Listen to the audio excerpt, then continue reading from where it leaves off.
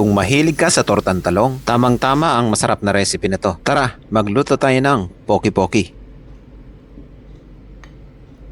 Una, basag lang tayo ng 3 pirasong itlog. Season lang natin ng salt and pepper, saka natin imimix and set aside. Tapos hiwain lang natin ang bawang,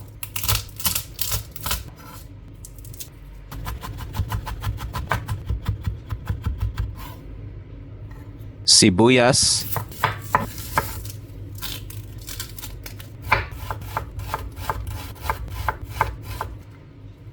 kamatis,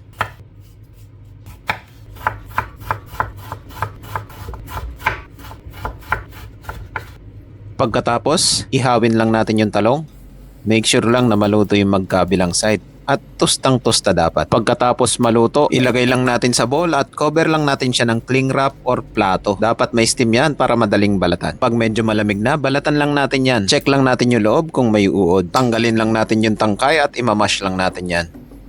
Magpainit lang tayo ng kawali at lalagyan lang natin ng mantika. Igigisa lang natin ang sibuyas, bawang, gisa-gisahin lang natin yan hanggang sa lumabas yung aroma. Pagkatapos, ilagay lang natin ang kamatis. Season lang natin ng patis, konting magic sarap, gisa-gisahin lang natin yan hanggang sa madurog yung kamatis. At ilalagay na natin ang inihaw nating talong, itlog.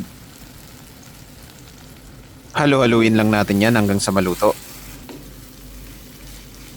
Saka natin lalagyan ng chili flakes, spring onions.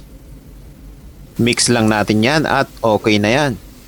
Tignan mo naman kung gaano kasarap ang recipe na to. Kung sawa ka na sa tortang talong, try mo ang recipe na to. Napakasarap na ito, lalo na sa breakfast. Siguradong mapapakanin ka kapag ganitong ulam mo. Kaya ano pang hinihintay mo?